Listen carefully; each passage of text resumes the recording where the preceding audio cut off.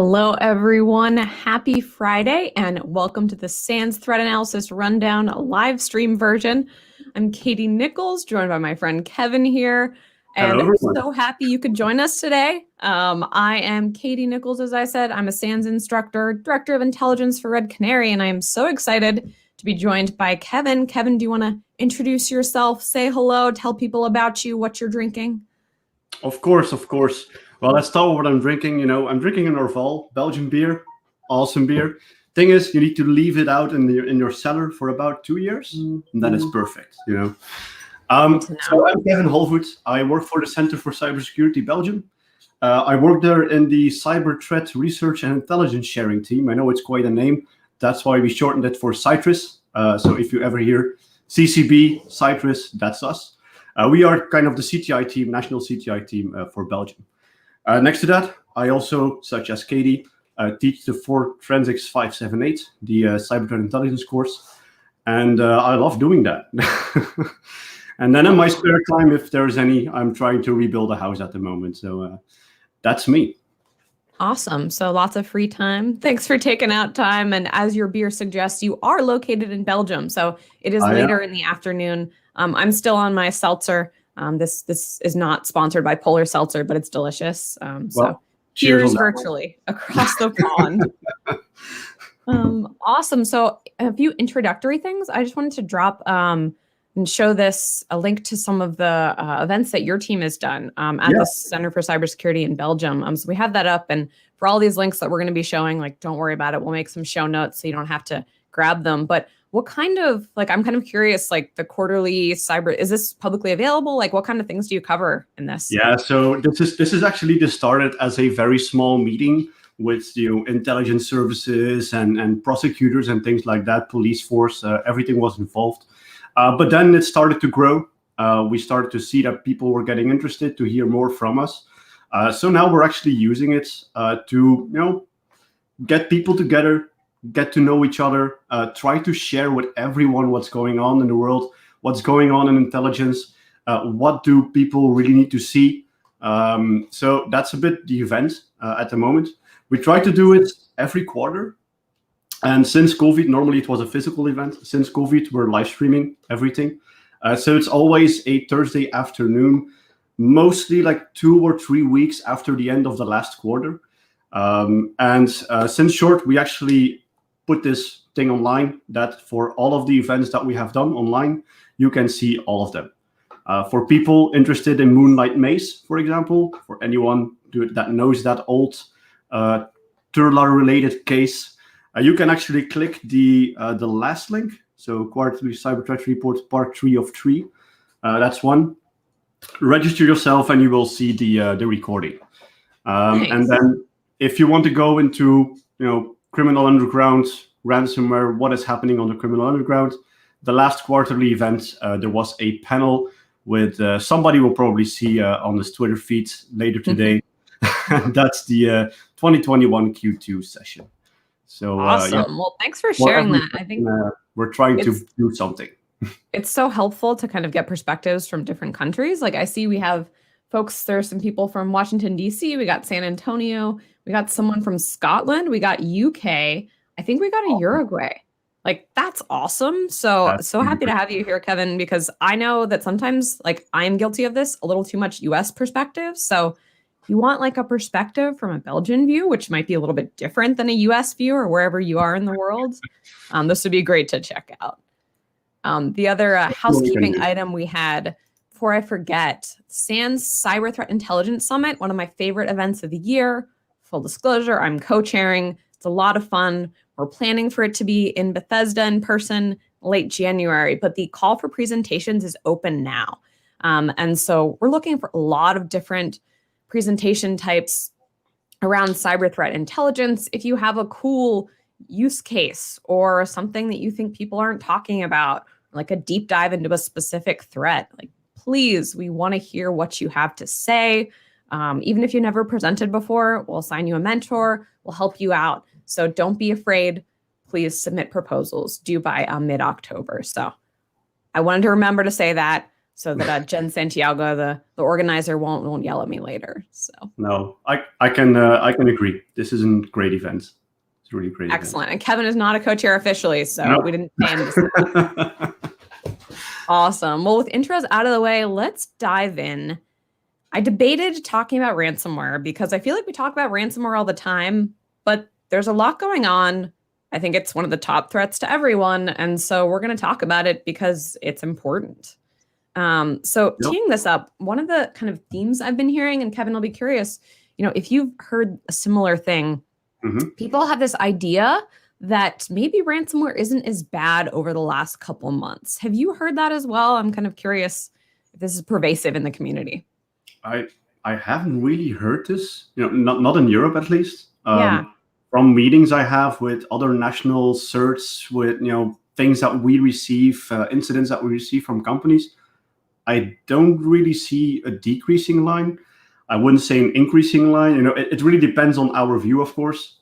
We only see what's reported to us. So yeah, there we don't really know what's going on for some things.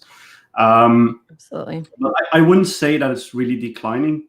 New groups are popping up every week, or changing names or whatever. We're still trying to figure out how to follow these guys.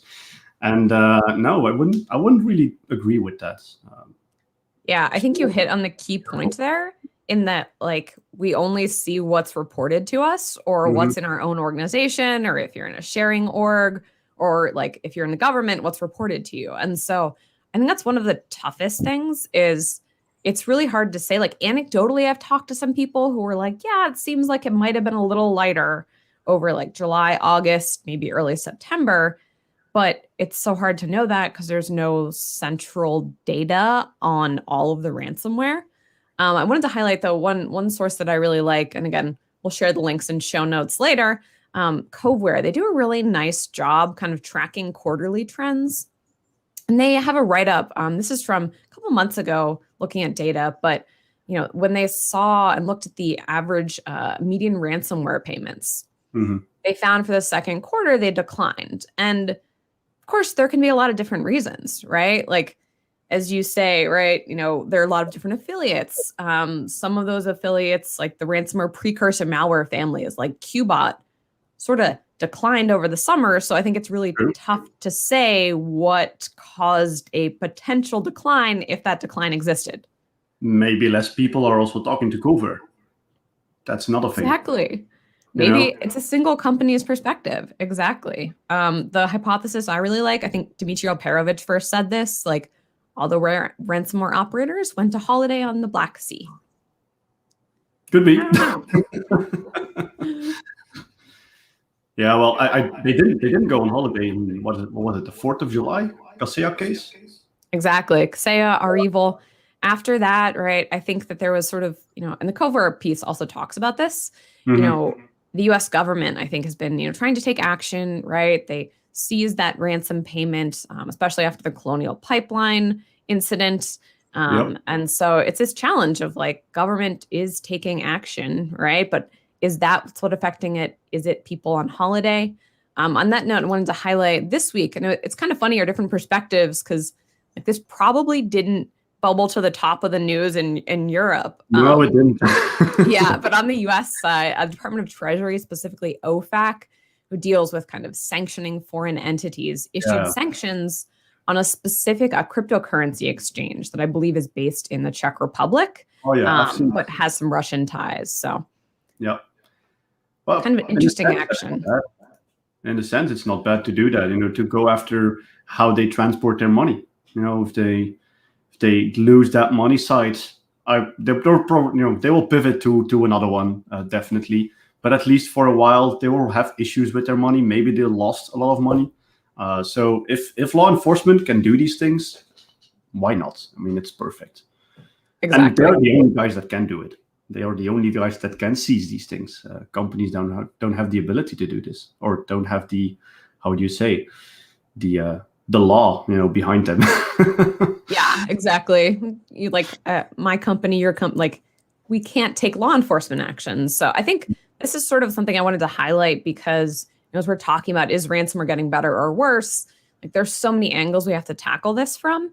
And I was excited about this one because, right, following the money, I think is part of that. Sanctioning these exchanges that a lot of ransomware operators use to get their payments, like nothing alone is going to solve this ransomware problem. But I think this was sort of a sign that like the US government is moving in that direction towards looking at the payment side.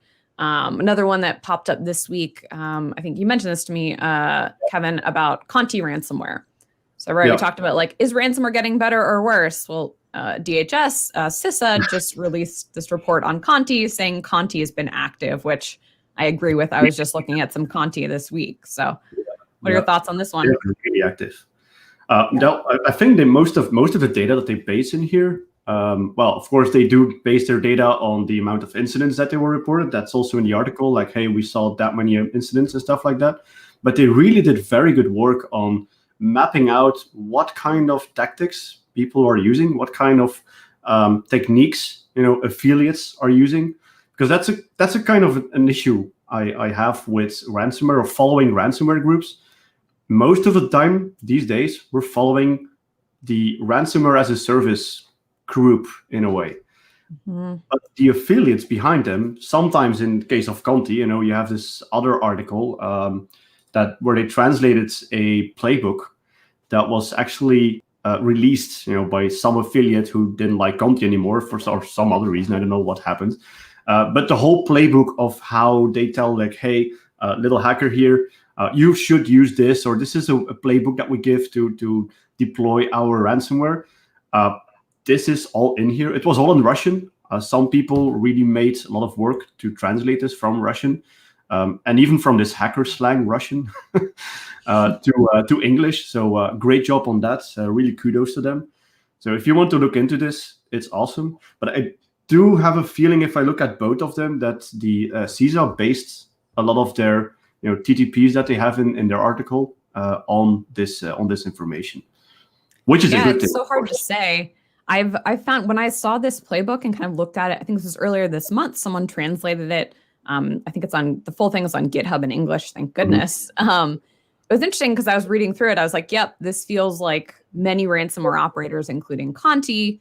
So it's hard to know. I suspect they definitely got it from real intrusions as well. But yeah, an interesting point that you made, and this is a challenge that my team has had, and I think a lot of people have, is in describing ransomware intrusions, right? As we talked about, it's sort of an as a service thing, where sometimes the adversaries who are gaining the initial access, they often will pass off that access to someone who actually encrypts the environment.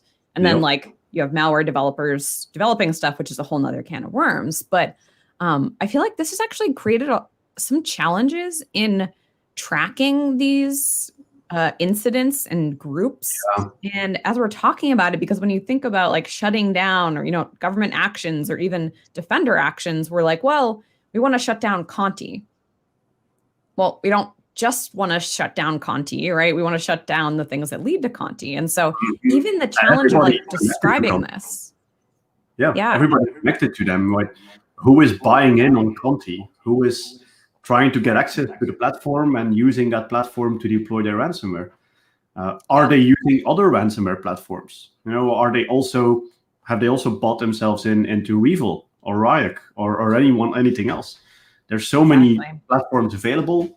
One hacker or one group of hackers, they can go to whichever one, depending on the victim, depending on what works best for that specific victim. But then, are we following? Or do we want to follow them? Do we want to follow that group? Or do we want to follow the ransomware as a service thingy? I want to follow all of them. Well, if you have the time.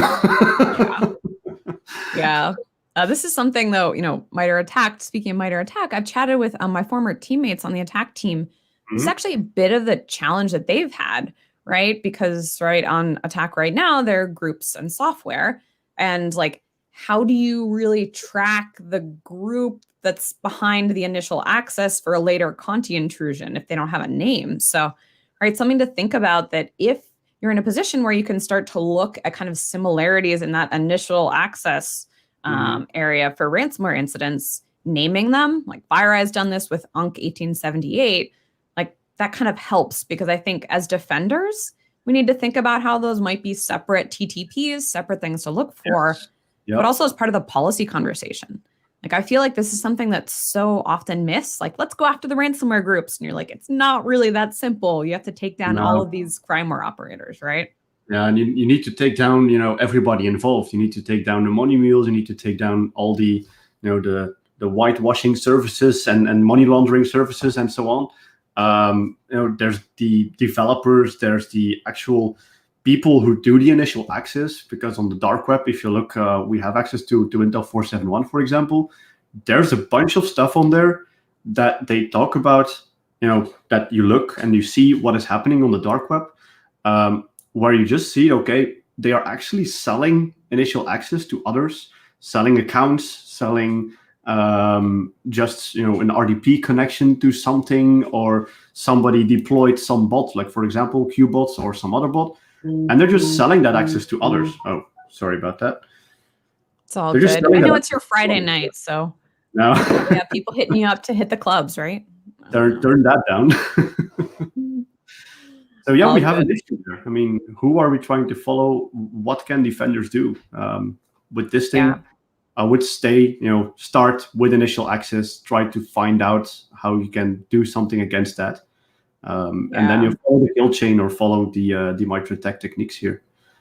Try to defend. This is a great breakdown. I have to compliment CISA on this, like, really nice breakdown and mapping to attack. Because one of the things that I used to rant about, and still sometimes rant about, is people who just say, like, adversaries use valid accounts. And you're like, cool, I would like to know more. So they actually call out. And this is, I'd say, one of the most common ways that ransomware actors and others get in is RDP creds. So make sure you don't have RDP exposed to the internet if you don't need to. And if you do, two-factor authentication. Yep. That's really common initial access. If you go up in the article, Mm-hmm. A little bit up. Oh, here. So they gain initial access to networks through, phone calls. They actually, apparently call people to get in some way. Social engineering is a big thing. Then, RDP, of course, VPNs and stuff like that, external assets that they just exploit easily. That's why, as a CCP, we also try to, see, okay, these things are being exploited by actors, by ransomware, by other groups, other APTs and stuff. This is something we really need to warn our citizens about. So what we try to do is something we call spear warning. And it's actually, trying to see what's going on the internet, on the Belgian cyberspace, identifying IPs that are vulnerable to something, and then trying to identify who is behind that IP, try to find contact details, and then contact them.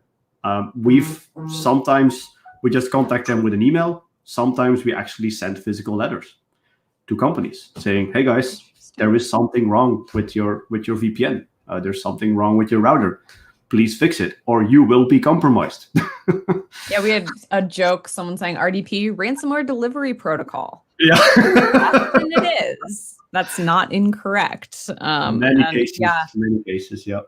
It's so, I've heard from folks at CISA and you and others, like, how hard it is to identify those victims. So it's good to know that, like, if you get a call or email or snail mail, I guess paper, you use paper in nowadays, whatever works to identify people and let them know. So it's good to know. Take that seriously if you get one of those pings. Yeah. Yeah, that's great. So we got Conti came out. This is a great report, right? We didn't even scratch the surface of all the detection opportunities, right? A lot of macro behaviors, right? These are very detectable things. So it's really cool that worth taking a look. Specific use in there next to because there's a lot of reports these days, they have MITRE-ATT&CK techniques. Oh, okay, thank you. But what did they actually do? Exactly. It's really detailed. So awesome work from the CISA folks there. And my team always jokes, like, the classic ransomware behavior, almost all of them delete volume shadow copies. So people often ask, like, how do we detect ransomware? Like, you sort of don't need to for the encryption part because your users are going to know. But this is another really common behavior that, like, as a backup, it's a really easy win that shouldn't happen, knock on wood, on most networks. Yep. But what we see a lot is that they even go further. they actually go look in the network for backup solutions, for backup systems, and they break it so that it's not usable, or they also encrypt that before they start encrypting all the rest. So yeah, definitely have a look at your network. Do a lot of monitoring towards your backup servers, and have an offline backup. That's a great one to highlight, that the act of stopping a lot of services, right? They highlight that here in this report. Stopping services shouldn't maybe be normal for certain services in your network. So all of those are things that analysts can be like, hey, this is what the threat's doing. Defenders, you should detect this. So and Windows highlight the opportunities. If something is stopped, Windows logs it. So somebody passed their GCTI last week. Awesome. That's exciting. Yeah. Woo-hoo. Congrats. Congratulations. That's the certification exam. So we're always excited as instructors when people pass the exam. We like to hear that. So excellent. We got an alum dialing in. So let's see what else we got in ransomware. So talking about a few big compromises this week. This was one that kind of hit the news. I think it was Black Matter. There's a farming provider, a new cooperative that was kind of hit. And this is interesting because this like critical infrastructure debate, right? A lot of adversaries, a lot of ransomware operators are saying things like they don't hit critical infrastructure. And then New Cooperative was like, hey, we are involved in the food supply chain. We're kind of critical. So this was sort of an interesting discussion on what is critical infrastructure. Well, they defined what critical infrastructure is to them. But of course, there's always discussions there. I think healthcare was in that. There were a couple of other things. What was it? There were a couple of industries that were in there. They were also not going to attack government, probably because then the FBI goes behind them. Yeah. There was an interesting quote, a little blunt quote, I think, in a Reuters article. I forget where it was, from my friend Alan Liska from Recorded Future. He was like, it's amazing that we're letting the adversaries define like what critical infrastructure is, right? And I think he used more direct language than that. But this was an interesting one, kind of debating what is critical infrastructure. Kind of depends, but Black Matter, pretty active. Same in Europe. I mean, we have something called critical infrastructure. It's under the NIS directive, NIS, for people in Europe. These companies are defined as being critical to a certain country. Every country defines that by themselves. But even next to that, sometimes we have attacks on huge companies that we didn't know about. They do something very specific. They call us and we're like, oh my God, you are critical, And they are not on the critical list. But in the end, they are critical to some kind of supply chain. Yeah. So if you look, for example, at the cheese incidents in the Netherlands. Oh yeah. Nobody would say that is in any way critical, but this company that was ransomed, due to their the stop of their business, the cheese supply was apparently having issues, and there was a huge shortage of cheese in the Netherlands. I don't know if I can't get cheese. That seems kind of important to me. Like, I admit it's not maybe critical, but like I like me some wine and cheese. So I can tell you, to Dutch people, it's critical. Yeah, absolutely. But each of these things, and I think it's just part of this larger conversation on like, this concept we talked about at the beginning, ransomware is getting better. And then bam, here comes Black Matter, like hitting this food cooperative. And one thing, to highlight, I think there's pretty compelling evidence that Black Matter has some ties or similarities to a previous group, DarkSide.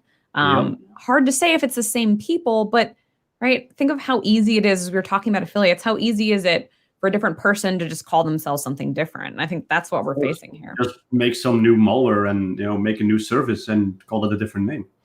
Same people behind it. Well, in some way, in an interview, I think it's on the record from Recorded Future. There is an interview there, and I think in that interview they talk about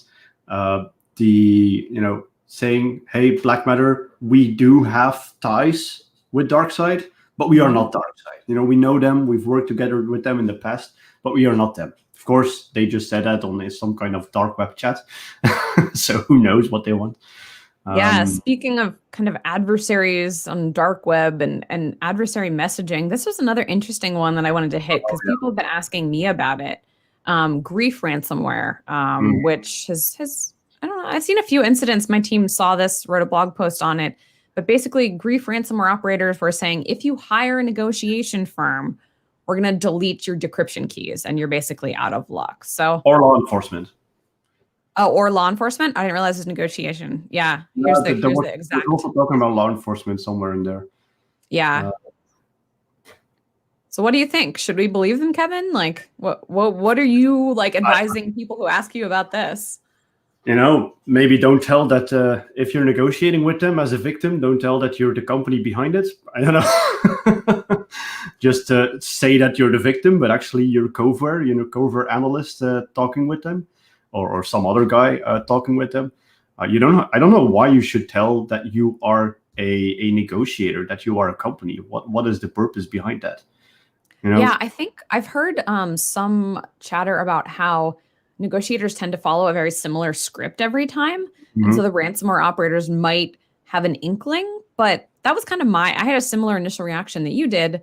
Like I take this as sort of a reminder that every organization in your incident response plan should talk about your out-of-band communications, because like if they're in your network and you're emailing your negotiator, like they might know if you're calling, right? If you have like out-of-band ways that they don't know about, they probably aren't going to know. So this is sort of also part of, I don't know, this larger pattern. I feel like we're watching a lot of what these adversaries are saying. And what I try to remember and remind people is that these people are criminals. And so like, they probably do the same to us. What criminals say? That's one thing, but they probably do the same to us. I mean, in their reconnaissance, in their foothold that they have in the company, when they attacked, why wouldn't they still watch what you're doing in instant response? If you look, for example, at that tweet from Dmitry Smilanets about that conversation. Okay, there's some vulgarity in this, so cover little eyes, but it's kind of funny, and we need to laugh sometimes. So this is, support. They always call themselves support. They're like huge enterprises these days. And they start talking to the victim, talking about the decryptor, and the victim apparently just says, well, go beep your mother.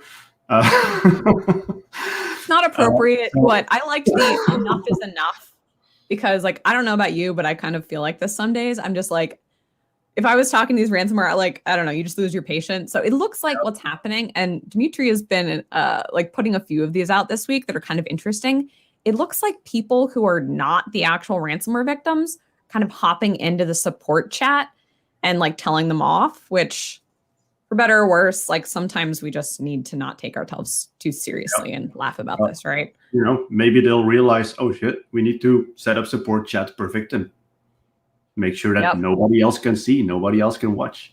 And I just saw something today that they just added like security questions where if the victim's logging into the support chat, they have to answer like some of the host names that are on the network before they can even, enter the chat. So I think they're on to people like trolling them. Yeah. Trying to control who enters. You had something interesting you said about Dmitry, which I didn't know his background. I know he's a recorded future now, but kind of interesting tidbit you knew. Dmitry, last on the QCTR, we had this panel. It was kind of fun. No, it was actually very fun. But for me, it was kind of hard because there were 3 Dmitrys in the panel, which made it a bit hard to say, hey, Dmitry, what do you think about this? But, great guys. So a couple of researchers, and Dmitry Smilanets was actually one of them. So he's an awesome researcher, does a lot of research on the dark web. And he's working for Recorded Future now as a dark web researcher. He's doing an awesome job, and he really knows how they think because he's been a hacker before. He's been a hacker himself, Russian hacker. Explained in that session why, how did he end up like that?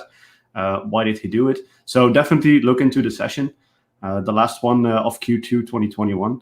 But great guy. If you ever get to meet him, he's awesome. He's a really good researcher, really knows, how to talk with those people, how to talk with hackers and get in there. So yeah, great guy. Awesome dude. Really follow him on Twitter too. Yeah. And on a serious note, we had a question sort of when someone's negotiating, like, should you use deception, use someone else's account? Like, I would say, and like professional negotiators will know this as well, which might be why you might want to reach out to them. Like, They should. definitely use a VPN. Don't come from your own network, right? Like, kind of obfuscate that a little bit. But yeah, Dmitry is a good source if you want some entertainment from these chats, because I don't know, sometimes I get pretty frustrated. I get pretty frustrated too sometimes, especially because they always do these attacks on Friday afternoon. I mean, why? Kevin, you just jinxed it. Like, I'm going to wrap up here pretty soon. So if there's a massive ransomware attack, it's your fault. Well, for me, the afternoon has already passed, so I'm good. And ending on a light note, I know you highlighted this from my friend, Jason Kitchen. Yeah. All you have to do is wear camouflage, right? The ransomware operators won't see you. In there. So if anything happens this afternoon, that's what we can do. But seriously, actually, the link in here, I wanted to highlight this as well. This is a great article from the DART team at Microsoft. Like anything, they had some product stuff in here, but I thought this was really, really solid. Like a high-level approach to ransomware investigations, right? Figure out what the scope is, identify like critical systems for your business, and then kind of kick out the attacker. So there were a lot of really good questions that, might be helpful as you're creating your incident response plans for ransomware, which everyone has, right? This might be a useful source. Yep. No, very good source indeed. Definitely add it to your incident response plan, and print everything. If it's ransomed, you will not have access to your incident response plan anymore. Yep. Print it. And we had someone in comments say, yeah, focus on that out-of-band communication, like calling law enforcement. Think about not emailing if you think your network's compromised, because there's cases where adversaries will watch you. Definitely. All right. Well, I think we've beaten the ransomware horse to death. What do you think? Yeah, I think so too. We can go on and on about this, but I know. There are other things. Let's move on to another one of my favorite topics, to rant a little bit about vulnerabilities. We jinxed it Friday afternoon. There's probably going to be one's probably breaking now, right? I feel like it's almost every day that there's another 0 day and everyone's like, oh my gosh, like the sky is falling. Like, how do we detect it? Are you hearing the same thing, Kevin? Do you get these questions from people in Belgium as well? Oh yeah, and I'm not only hearing the same thing, that spear warning thing I talked to you about. Every 0 day, whole procedure starts. Yeah. I mean, how many researchers are researching Microsoft's Exchange at the moment? The amount of vulnerabilities coming out for that thing, it's crazy. Yeah. And not simple things, really, really bad stuff. Yep. And this is a great article because, right, it's so hard. Sometimes we get caught in our visibility bias. We both love cognitive biases, thinking about that as analysts, but we often will kind of get caught up in, hey, I just heard about this vulnerability and this vulnerability. Is it really getting worse? And Patrick Howell O'Neill, who's an awesome reporter at MIT Technology Review, has this really thoughtful breakdown. And he looks at like, okay, yeah, the number of 0 days have increased, but why is that? All right. Same thing that we talked about with like the ransomware trends. Like, how do we know what the cause is? And so he has a really thoughtful discussion in this piece that I highly recommend, looking at, especially if you or your boss, have a lot of questions about how do we deal with these vulnerabilities? It sounds like, right, and this is sort of, I agree with this, that, right, adversaries are maybe getting a little bit better, but also researchers are getting a little bit better, right? More people, as you said, Kevin, people are looking at Exchange. And honestly, I feel like as a community, we're getting a little bit better at sharing these things. Definitely. What do you think, Kevin? No, I agree. We see so many more, researchers even popping up to us, sending us. We have a responsibility disclosure thing on our website, a policy. If you go to ccb.belgium.be/ I think it's vulnerability-disclosure or something, then there is actually a CCB. Oh yeah, there it is. Okay. I'll do it live. Why not? Yep. So we have this policy, and we do get reports from researchers saying, hey, there's this vulnerability I found in some kind of Belgian company software or some kind of Belgian company system. Can you please do something with it? Of course, we always act on this. We try to, get in contact with the company, try to explain the whole vulnerability, get in contact with the researcher again if there's questions, and so on and so on. And if they want to stay anonymous, well, then they do. There's nothing that can hide them, or that can give them, get them out there. So definitely we get more reports, maybe because we publish this, I don't know. But I think worldwide, for example, the Google Zero Day Project, they do a lot of good work. Also at Microsoft and all the other big companies, they seem to find a lot of vulnerabilities themselves, which we then luckily do not call zero days. But there's a lot more things that are being done. And probably, like you say, this criminal underground is getting bigger. They're doing more research, but at the same time, there's just more researchers with some time on their hands that's trying to find some things. And I don't know, maybe the how is it called again? The system where you get money if you find a vulnerability. And bug bounty. Bug bounty, yeah. Maybe that has something to do with it. I don't know. Yeah. I mean, I think what we're touching on is like people talk about these, and I think it's important, right, as Intel analysts or anyone in the community to think about what patterns are we seeing, but it's so tough to figure out what's causing these. So I appreciate whenever there's nuanced discussions, like it's not necessarily that everything is getting worse and all software is awful. Like I think the reality is like software has vulnerabilities that is going to continue to happen. And like, I think the positive of this maybe is people are sharing more. I mean, think of 10 years ago, like I wasn't on Twitter every day looking for someone, Gossy the dog sharing about an Exchange vulnerability. So I think that's sort of the positive note. Yeah, I think as a community, we're starting to grow in a good direction that way. Just if possible, please send your vulnerabilities to national certs before you make it public, because then we can do something before that. Yeah. Otherwise, it's always like reacting, and then you can do something before it actually is released. That's something I want to kind of dive into, is this reactive thing. Like I'm so used to people, I don't know, I feel like we have a little bit of unnecessary panic whenever there's a new vulnerability. So right, just this month, you probably remember the MS-HTML vulnerability. Sure enough, there's like this pattern that someone tweets about it, and then like a few hours later, everyone's flipping out and everyone asks like, how do you detect the vulnerability? Which I'm going to kind of be a little pedantic, but it's an important thing. From my perspective, and thank you to Lee Foster, who kind of educated me, people have different definitions, but from my perspective, a vulnerability is just a weakness. You still need some kind of threat to exploit that weakness, right? And so people will often ask like, oh, how are you detecting the vulnerability? Well, you don't detect the vulnerability itself usually, you detect the threat, or at least that's how I think as an Intel person. So whenever these vulnerabilities are coming out, what I'm always looking for is, what do we know about the threats that are exploiting them? Exactly, how do they do it, right? And I love this piece from Microsoft. Microsoft has great graphics people, because it shows this point, right? That it's not just one thing that happens. There's this whole chain. Is this consistent with what you see as well, Kevin? No, definitely. This is, Microsoft is doing a really good job. A lot of other articles they do. It was only with, what was that thing called again? Was it Proxy Shell, or was it another one? It was the printer. I can't keep the name straight. I cannot keep the name straight. I'm already bad at names, so I know it was the printer vulnerability in July. Print Nightmare. I think there was another one too. Like 3 or 4 times after one another that Microsoft released some new stuff. Like, now it's fixed. No, it isn't. So there they kind of missed. But in the end, it was finally fixed, luckily.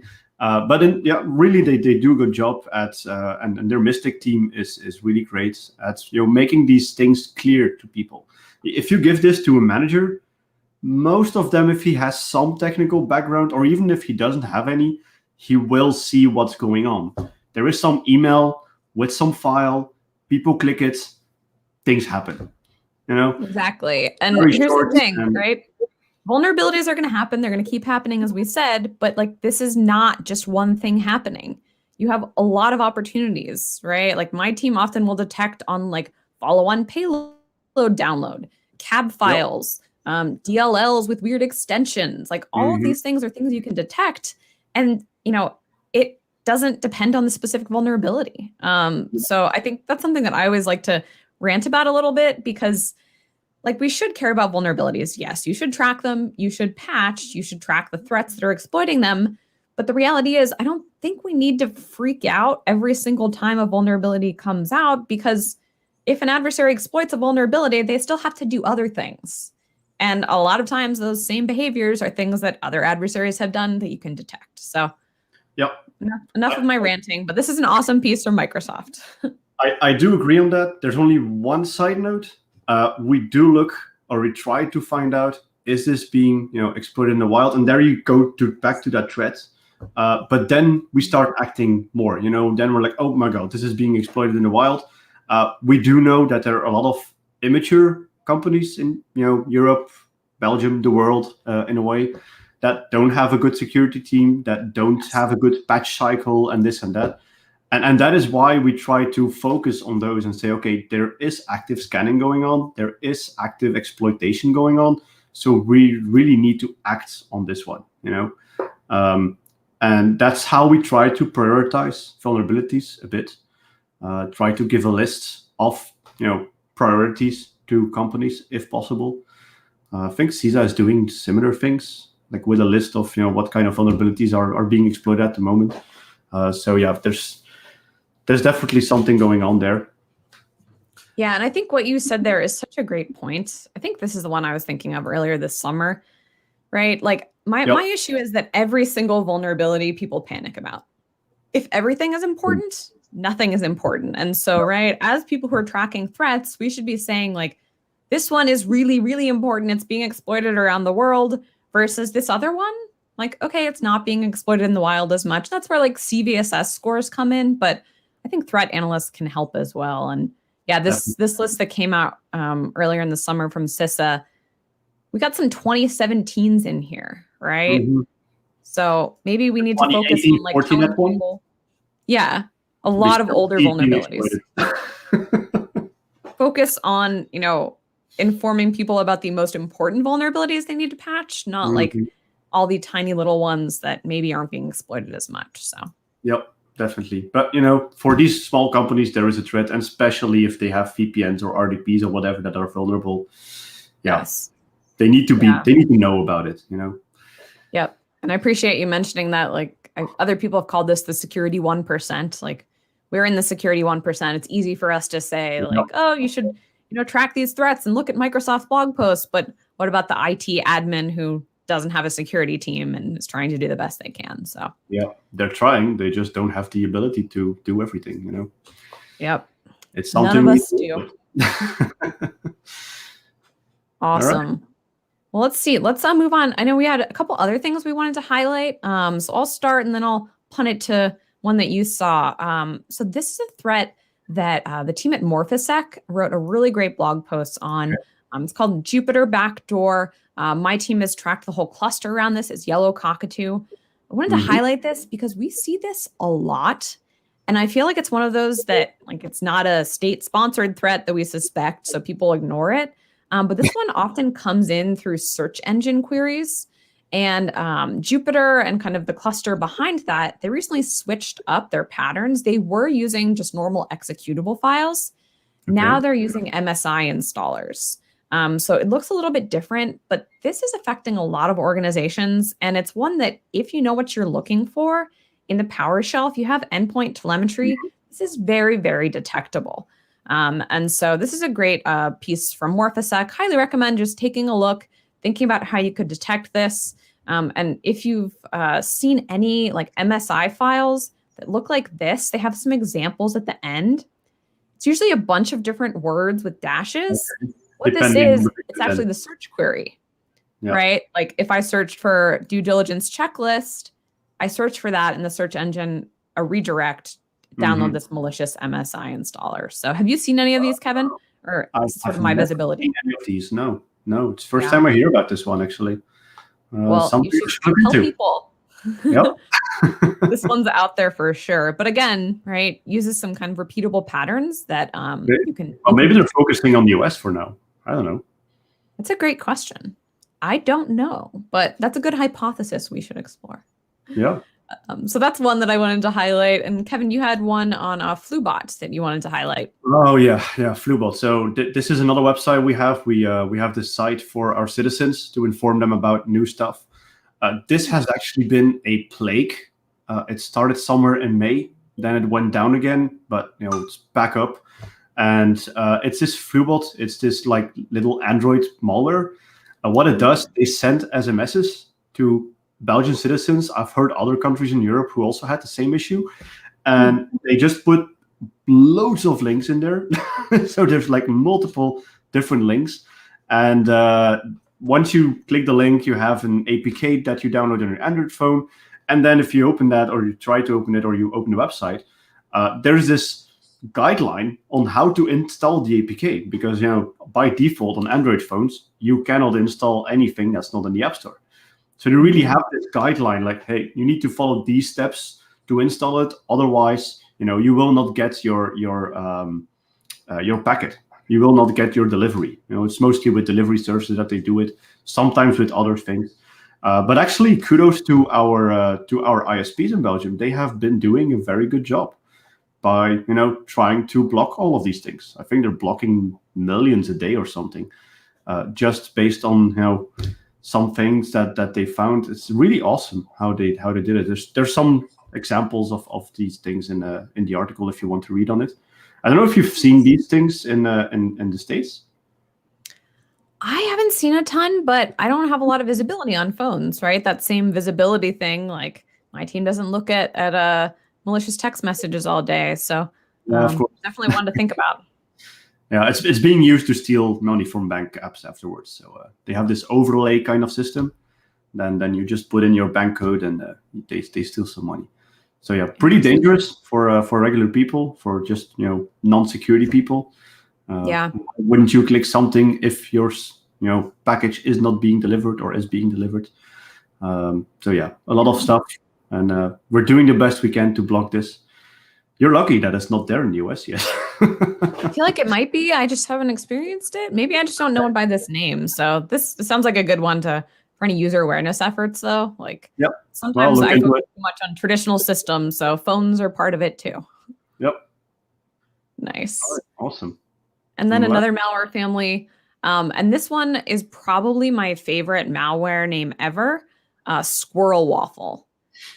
This apparently it came originally from an emerging threat signature. So I think they are the original creators of this. And then people on Twitter are just like, this name is amazing. My other favorite malware name was from FireEye Dadbod, which is also a great malware name. Yep. Yeah. It steals cookies, which is why it's my favorite. But SquirrelWaffle, seriously, this is one that has just popped up from a delivery affiliate known as TR that used to deliver Qbot. And SquirrelWaffle, it kind of feels like Qbot, according to a few different malware researchers. There's a really nice write-up, and there's so many awesome analysts like FF Forward and Brad Duncan on Twitter who've been talking about this one. And then this blog post kind of analyzes it. And so the delivery chain looks a lot like a lot of these other families or sniff Qbot. Yeah. Yep. A lot of the same kind of things, but why would you do it differently if it works? Don't change it. If it isn't broken, don't fix it. What's the saying? No. Yep. But again, very detectable, right? C script extracting VBS to program data. Program data is a directory that these adversaries love to use, like launching PowerShell via W script. DLL executed via run DLL32. Yep. You can find these things, whether it's SquirrelWaffle, that's so many things, or something else. So it's another one to watch out for. I mean, SquirrelWaffle. Who came up with it? I don't know. If we can find the person who created that, I think we should all buy just have a beer. It must be a funny person. Yeah. I think it's good though, because I remember, I don't know if you saw this, Alexander from MISP a while back tweeted, he was like, oh, yeah, I know please name your things uniquely. And I think SquirrelWaffle is one, like, there's not going to be a whole lot of name conflict. Like, if you Google SquirrelWaffle, it's probably going to be the malware family. Yep. Unless there's something I'm not thinking of. Same thing with the ransomware and just everything else. There's so Exactly. many activity groups that are being called the same name as the malware or the other way around. It is so confusing sometimes. I mean, even as an Intel analyst, I'm like, what? Are we talking about the real ransomware as a service? Are we talking about the piece of malware? What are we talking about? Oh yeah, we're hitting on all of my favorite rants. We got vulnerabilities, we got groups named for malware, all of the rants on Friday. Everything there on a Friday evening. How good can it be? Well, speaking of rants, let's finish out talking a little bit about TLP, a TLP rant for you. I don't know if you saw this tweet. This is interesting from Florian, comparing the definitions of TLP Amber. Mhm. So TLP, like for those who aren't familiar, traffic light protocol, it's kind of a guideline for how you can share information. And like, this is great. I use it. You know, if I tell you something's TLP red, I shouldn't because this is being broadcast everywhere. But TLP red, you can't share it, right? And then the problem is there's this TLP Amber thing where like different definitions of TLP, it might say limited disclosure to your organization or other organizations. Kind of unclear. Yeah, I mean, if you look at that picture and where they say, if you go back to the picture, here they say limited disclosure restricted to members of the information exchange. You know, what do you define as an information exchange? What is that? Those within your organization and or constituents. I mean, if somebody uses this TLP Amber and shares it with us, we can in a way share it with half of Belgium. You know, then that doesn't. What do you call constituents? Anymore. Everyone in the country, because you kind of represent the country. Well, it's really tough. Very big, you know, a lot of very big companies, and there's more and more companies being our constituents. So we even have, you know, levels of constituents that we try to agree with partners. Like, okay, if you send something TLP Amber to us, what level of constituents can we share it with? You know, what do we do with this? At the moment, we're trying to define, or trying to really talk with each and every partner we have and define very strict rules of, if you send something to us, what exactly can we do with it? And that's the issue I have with TLP. Also, like you say, TLP has like different versions. In the United States, they mostly use the CISA or US CERT version. In Europe, most of the countries use the first version, which is a little bit different. Yeah, that's exactly what Florian was highlighting. Like, how confusing is that there are different TLP Ambers? So this is the DHS one, right? For members of their own org and with clients or customers who need to know the information. And so this is where I always recommend to analysts. I'm curious, you know, what your recommendations are too, Kevin. If someone says something's TLP Amber, just ask how you can use it to clarify. Like TLP Amber, I would share it with my direct team. But beyond that, I'd be like, hey, like Kevin and I work for SANS. So are we part of the same org? Like, is it cool if I share? Just ask. Yeah. What do you do if you share, you know, if somebody shares it with you and they say, you can share it with your org? Well, which org? You know, which organization can I share with? Do I share with SANS? Do I share it with Red Canary? That's correct. Do I share with Red Canary? Do we share it with, you know, I don't know if you have any affiliates with other orgs, but what do? You know, there's too much ambiguity in TLP Amber. So like you say, we always do the same. We actually go back to our partner. If they haven't defined TLP Amber, you know, column something, you know, something specific, then we just go back to them and say, okay, we would like to share it with that and that partner or that community or, you know, this and that. What do we do here? No, exactly. Then it leads to a big answer. But there's a lot of time lost if you need to do that for every single thing that you get TLP Amber. That's why maybe there's a better way somehow. I don't know.